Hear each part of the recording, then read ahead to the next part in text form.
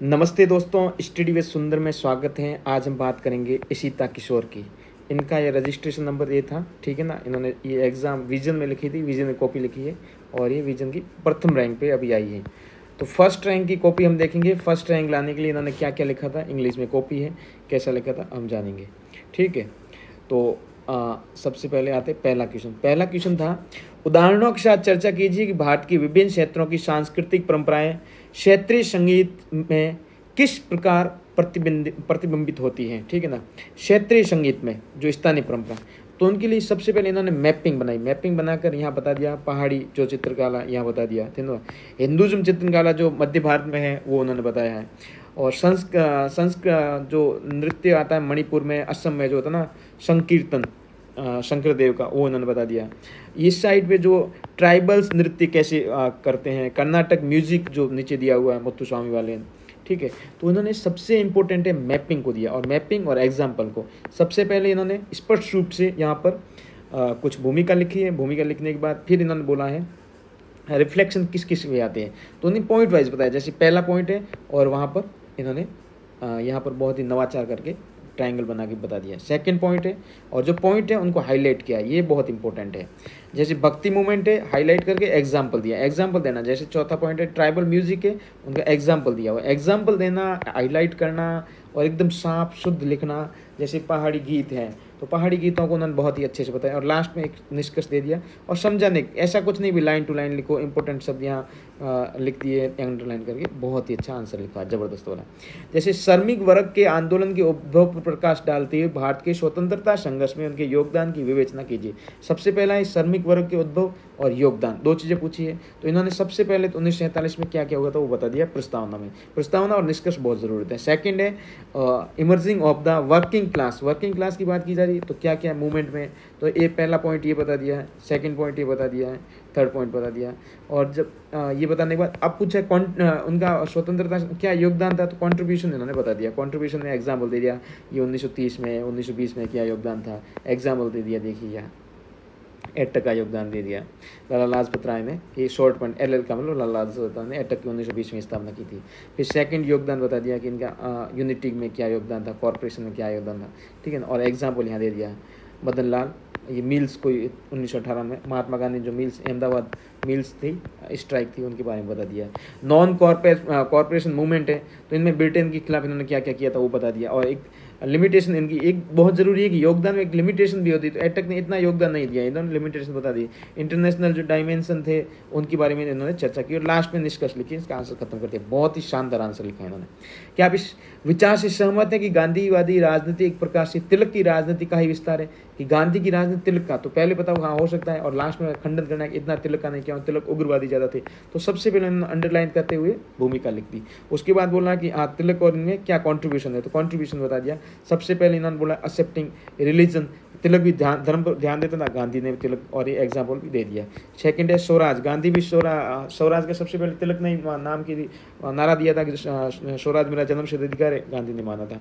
Third इन्होंने बता दिया था मास को इंक्लूड करना, तो तिलक भी बात करते थे। चौथा गांधी जी और इनमें कुछ सिमिलर पॉइंट बता दिए। अब लिमिटेशन बतानी बहुत जरूरी, कहाँ कहाँ ये डिफर थे, तो ये लिमिटेशन जैसे कम्युनलिज्म, गांधी कम्युनलिज्म विश्वास नहीं करते थे, उन साथ में लेके चल रहे थे।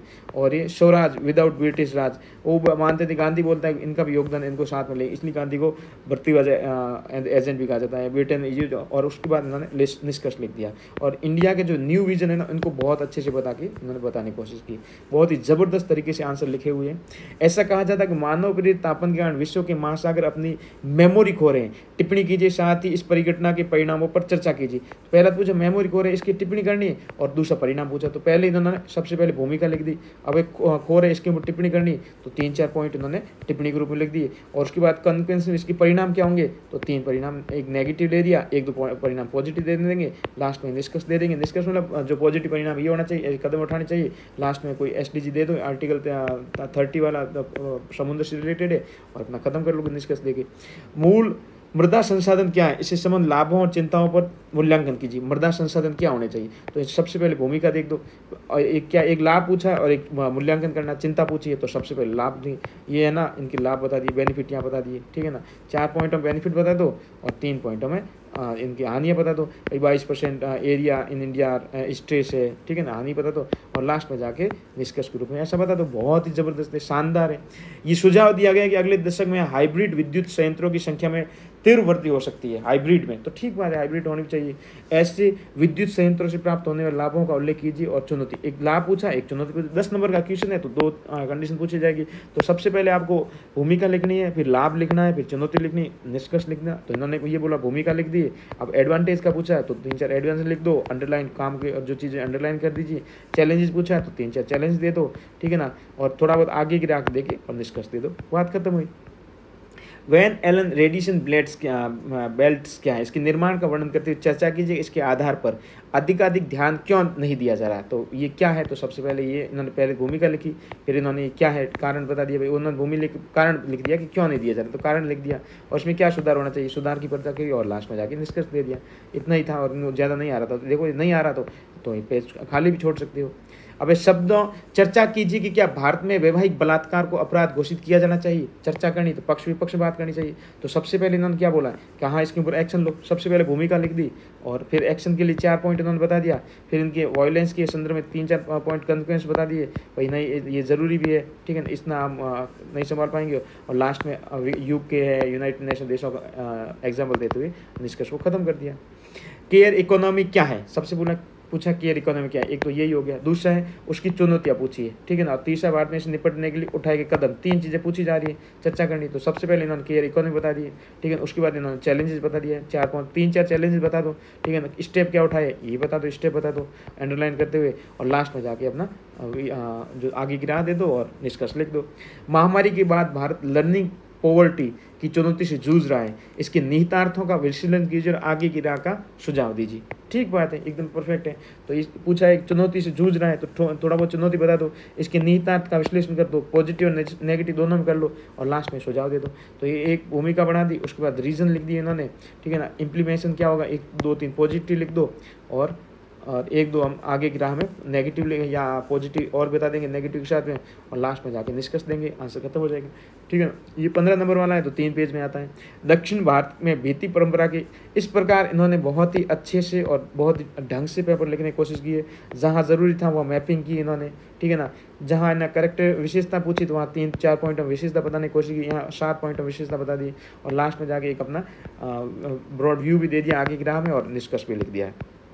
जैसे ये अगर जैसे मॉडलिटीज़ में क्या क्या काम की गई तो 3-4 पॉइंट ये दे दिए।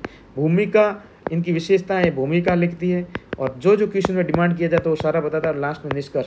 भूमिका और निष्कर्ष पूछा नहीं जाता, ये बताया जाना चाहिए, और आगे की राह और बताओगे ना, और पॉइंट वाइज लिखोगे, और एक्स्ट्रा मतलब मैपिंग करना, एक्स्ट्रा मतलब वैन चार्ट बनाना, डायग्राम बनाना, ऐसे काम। और एग्जाम्पल, सबसे जरूरी एग्जाम्पल देख लो, जी के गोखले है, MG रनाडे है, शानदार एग्जाम्पल देके पूरा बताया। इस प्रकार इनके 20 क्वेश्चन होते हैं, ठीक है। जैसे ये 13वां क्वेश्चन है तो 20 क्वेश्चन के पूरे अटेंड किए। जो चैलेंजेस है, चैलेंजेस इन्होंने 4 पॉइंट दे दिए। चैलेंजेस की बात, जैसे ये पॉइंट चला चैलेंजेस में, मैपिंग कर ली इंडिया की, जहाँ जरूरत थी इनको पेज बच में लग गया तो मैपिंग भी कर ली इन्होंने, और वो लास्ट में जाके पूरा निष्कर्ष दे देते। अब बात की जाए कि अब आर्थिक संसाधनों के बारे में, ब्रिटेन के बारे में पूछा जा रहा है, तो इन्होंने स्ट्रेटेजी क्या होनी चाहिए, तो 3-4 पॉइंट स्ट्रेटेजी के बारे में बता दिया है। और ये कॉलोनियल स्ट्रेटेजी क्या होनी चाहिए, तो इनके बारे में 4 पॉइंट, 3-4 पॉइंट वही होने चाहिए, ठीक है, बता दिया। उसके बाद है ना आगे सजेशन क्या होना चाहिए, 4 पॉइंट हम सजेशन दे दिए, क्योंकि पेज कम होता ना, और उसके बाद लास्ट में निष्कर्ष दे दिया। अंडरलाइन करना, पेजों को टू द पॉइंट लिखना, जो भी हेडिंग होती है, जो क्वेश्चन पूछा जा रहा है ना, जैसे एक क्वेश्चन में 3-3 आंसर होते हैं टुकड़ा में तोड़ के, तो जो पहला आंसर उसको बॉक्स में बंद करना। जैसे ये आर्कटिक काउंसिल के बारे में जो जानते हैं, जो डाटा देना है, डाटा बहुत इंपॉर्टेंट होता है, ठीक है ना। सेकंड, ये क्वेश्चन इन्होंने पूछा था एनर्जी रिज्यूम के बारे में, तो इन्होंने ये भी बहुत अच्छे से दे दिया है, और लास्ट में जाके इन्होंने आगे की राख दे दी। ये जो यहाँ लिखते हैं ना, यहाँ नहीं लिखना चाहिए, विजन आप लाइन नहीं खींचना, क्योंकि इससे क्या है कि क्वेश्चन गलत होने के भी मतलब नंबर कटने के चांस रहते हैं। यूपीसी नहीं कहती कि इससे बाहर जाओ, जैसे इससे बाहर नहीं जाना, यहाँ यूपीसी का एरिया होता है, हमारा नहीं होता है, ठीक है ना। जैसे यहाँ इम्पैक्ट पूछा था तो इन्होंने 3-4 पॉइंट इम्पैक्ट दे दिया। एग्जाम्पल देना बहुत ज़रूरी है, ठीक है। श्रुति मिश्रा की मैंने पहले कॉपियाँ देखी थी, वो भी एग्जाम्पल बहुत ज़्यादा देती है, और ये भी टॉपर को ही फॉलो करते हैं, टॉपर को ही फॉलो की जाती है, ठीक है ना। 4-5 यहाँ पॉइंट दे दो, लास्ट में जाके ये जो है ना माइग्रेशन के लिए क्या क्या होना चाहिए, सर्कल क्या बनता है, यही नंबर खींचती है, यही टॉपर बनाते हैं, और कुछ नहीं होता है, ठीक है ना। जैसे ये 17वां क्वेश्चन है, तो जहाँ पर रीजन देने होते ना, कम पेज है तो रीजन इस प्रकार दे दो। जरूरी नहीं बंदा बनाए आंसर होना चाहिए कि नहीं उस टॉपर ने ये बोला, उस टॉपर, हर किसी टॉपर कॉपी अलग होती है, आप टॉपर्स की कॉपी देख सकते हो। और ये कॉपी चाहिए तो मैं मोटा मोटा आइडिया ये कि मेरे टेलीग्राम चैनल में स्टडी सुंदर है, वहाँ पर पर। जैसे मैथ्स है तो मैथ्स में भी ये स्टडी सुंदर मेरा टेलीग्राम चैनल है, वहाँ जाके ये कॉपी आप ले सकते हो। क्रिटिकली ऑफ सेंट्स के बारे में बात की जा रही, तो ये सेंट्स के बारे में 4 पॉइंट दे दिए इन्होंने। जरूरी नहीं भर भर लिखो, ये तो खाली पड़ा, ये खाली पड़ा, इसी प्रकार तो होता है पूरा क्वेश्चन अटेंड कर पाओगे, थोड़ा पूरा थोड़ा ही भरना होता है। ये खाली पड़ा, पूरा पूछा है जो भी लिख दिया, और लास्ट में जाके कंक्लूड कर देंगे। जैसे ये देखो यहाँ पर भर के लिख दी, लास्ट में भर के लिखने का ये था कि एग्जाम्पल को है ना, एग्जामिनर को लगे कि हाँ यार इसने भर के लिख दी, इसके कंटेंट तो बहुत ज़्यादा है, बीच में खाली छोड़ देती, ये भी स्ट्रेटेजी पाते हैं। चैलेंज पूछा है तो देखो ये चैलेंज के लिए इन्होंने बिल्कुल कम जगह ली है, ठीक है, 4 चैलेंज देख दिया। अब मेजर्स क्या होने चाहिए, मेजर्स के लिए इन्होंने बता दिया, और लास्ट में जाके उपसंहार और आगे की राह देके खत्म कर लेते हैं। इस प्रकार इन्होंने बहुत ही, जैसे मैपिंग करना है, ठीक है, वेन डायग्राम बनाना है, बहुत ही ज़बरदस्त और शानदार प्रयास किया है। मैं इनको ये बधाई की पात्र है, इन्होंने भारत को टॉप किया है, लड़की होने का नाम रोशन किया है। और आप भी इनको फॉलो कीजिए, ये मेरा चैनल सब्सक्राइब कर दीजिए। आपको टॉपर की कॉपी चाहिए या स्टडी संबंध कुछ भी चाहिए। धन्यवाद दोस्तों।